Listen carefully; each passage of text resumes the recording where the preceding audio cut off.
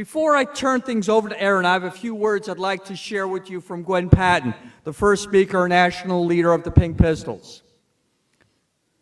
Gwen Patton has been our national Pink Pistols first speaker since 2005. Gwen has handled being media spokesperson and national coordinator for close to 18 years. Gwen suffered a tragic freak accident which broke her neck and left her with permanent nerve damage. Despite being permanently disabled and in constant pain, over the last 10 years she held Pink Pistols together. Pink Pistols provided Gwen a purpose for life, something that was bigger than her. Over the years, Pink Pistols has fired judicial briefs for the Supreme Court case from Heller to Grace D.C. and other cases. After the Pulse nightclub tragedy, Pink Pistols was deluged both with media and people wanting to join.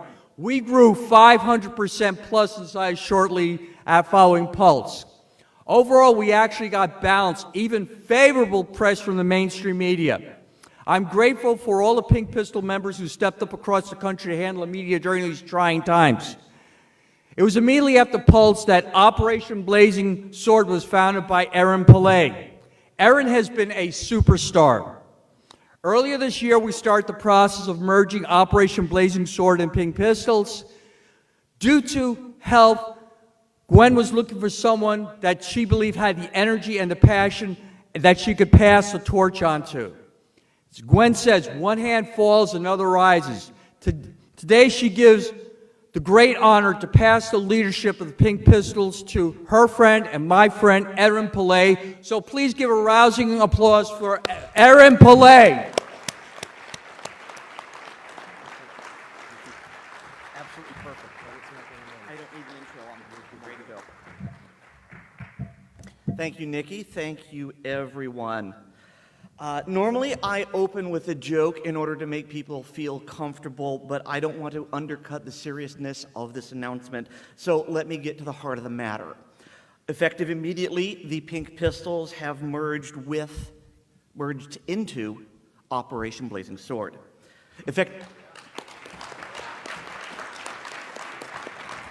Thank you. I love you so much. I got a short amount of time. I got to get this out. Effective immediately, I am now in charge of Pink Pistols at the national level. Effective immediately, we are now the largest queer pro-gun group in the country. I will now explain each point in detail. Effective immediately, the Pink Pistols have merged into Operation Blazing Sword. This is the culmination of a process which began last year when Gwen Patton, then first speaker for the Pink Pistols, joined our board of directors to oversee the merger.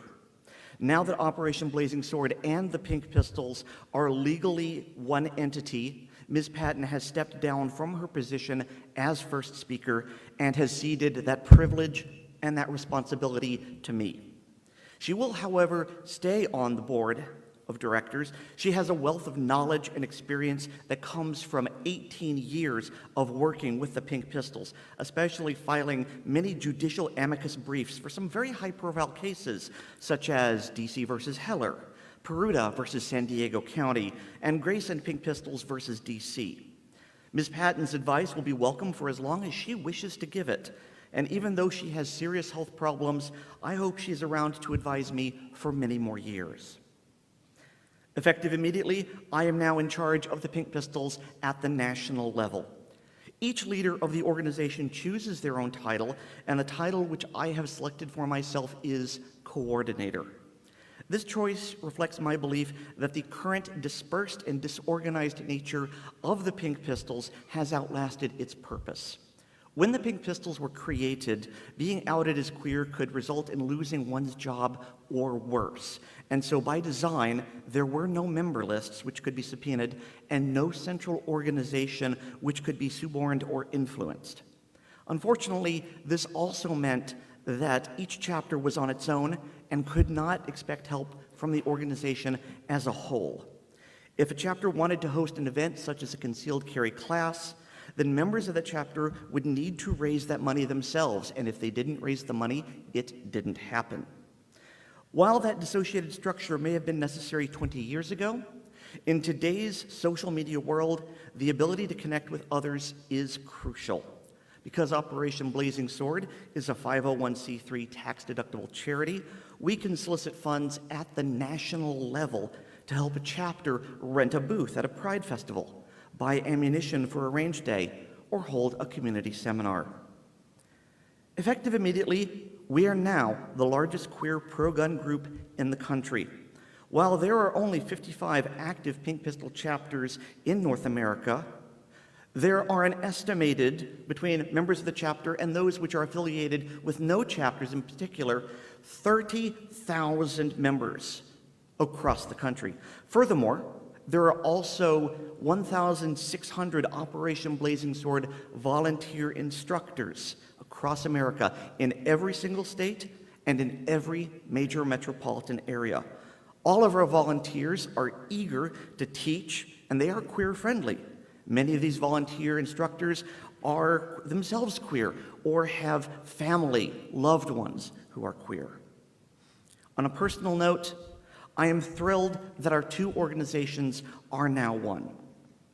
I was a Pink Pistol before I created Operation Blazing Sword, and in the days after the Pulse Massacre, when I realized just how huge my little project was becoming, I asked Gwen if she wanted to take control of it.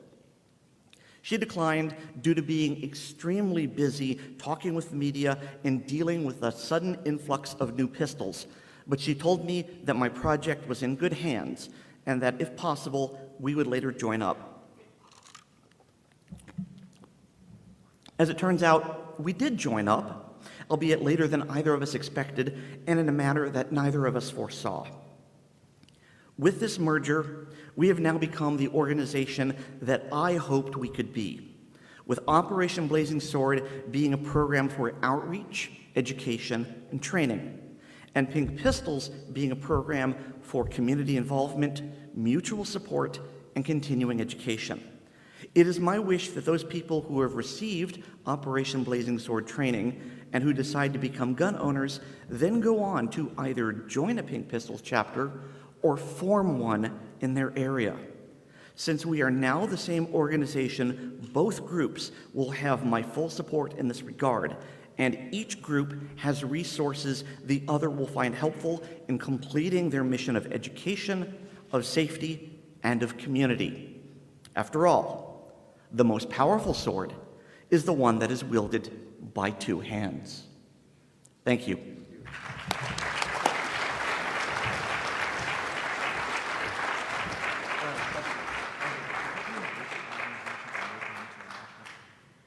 Complicated question, I can't answer it right now. Can I ask it to you? It's too, I don't want to put it out there. If you have the time, you can ask me what you want. Okay, I just, if you answer it in about 60 seconds, I think people might want to know. Okay. I have a question for Erin, and my question is, because I've done some work with Pink Pistol chapters independently around the country, does this mean that the local chapters are now merging with the national, now that this has occurred? If you could take about a minute. One of the reasons I picked the title coordinator is because it's not dictator. I'm not going to get in everyone's business and tell them how to run their chapter. I'm far too busy. What I'm saying is that if chapters want help from me, they can come to me. I'm not going to force anyone to merge into anything. I am simply the corporation. Well, I'm not. I'm on the board of the corporation that has absorbed Pink Pistols. And so we don't tell them how to do their business. They just have a much larger pool of resources to draw from. Does that answer your question? Yes, thank you very much. Great. Excellent, excellent work. Thanks, Nikki. Awesome.